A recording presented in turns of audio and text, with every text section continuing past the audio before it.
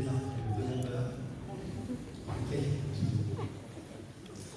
Et voilà, je voulais vous expliquer l'expérience qu'on a vécue avec les pères dans les hôpitaux.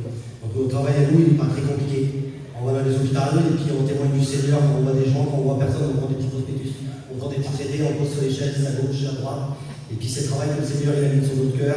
Et puis je voulais vous expliquer une expérience qu'on a vécue avec les copains juste avant la crise du Covid.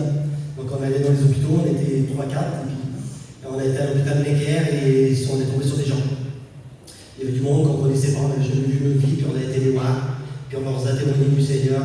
Là, le garçon qui était là, sa fille allait se faire opérer, c'était vraiment compliqué, c'était tous des inconvertis. Et puis on leur a témoigné, puis c'était une porte fermée, très très compliquée, ils n'ont rien voulu savoir. C'était des gens très très fermés à l'évangile, et puis c'était vraiment compliqué.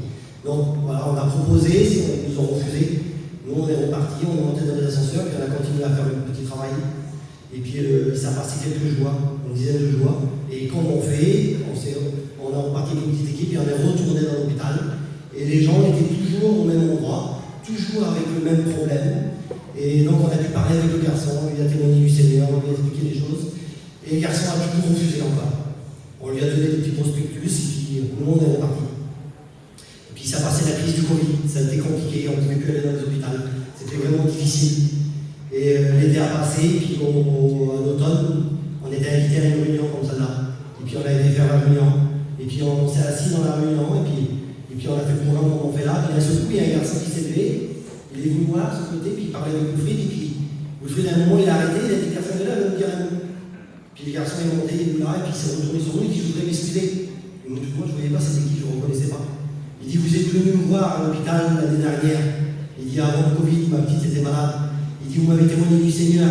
Vous savez, il dit, quand vous êtes parti, il dit, je me suis posé des questions, je me suis demandé, mais pourquoi des garçons que je ne connais pas? Pourquoi des personnes que je n'ai jamais vues? Ils viennent et ils voudraient nous faire du bien. Et il dit, j'ai été travaillé, j'ai été tracassé. Il dit, ma femme, il dit, on n'en voulait pas du tout. Il dit, quand vous êtes monté dans les escaliers, dans les ascenseurs, il dit, on croyait que vous aviez été de force. Il dit, on voulait vous taper. Il dit, on vous cherchait partout. Et il dit, je me suis posé tout un tas de questions, et puis je suis parti en mission. Et puis le Seigneur m'a travaillé, et puis il a touché mon cœur. Aujourd'hui, moi et ma compagne, on a un foyer chrétien. Et aujourd'hui, ma petite a fait des examens et le Seigneur l'a totalement béni. Vous savez, nous, parfois, on ne voit pas les choses. On travaille pour Dieu et puis il semblerait qu'on ne voit rien. Mais il y en a un qui a semé, il y en a un autre qui a arrosé, mais Dieu fait toutes choses. Et nous, ça nous a encouragés à travailler pour Dieu et à continuer son œuvre, le travail qu'il a mis sur notre cœur. Et même si le fruit, on ne voit pas, on sait que le Seigneur agit et que le Seigneur bénit. Voilà, que Dieu vous bénisse.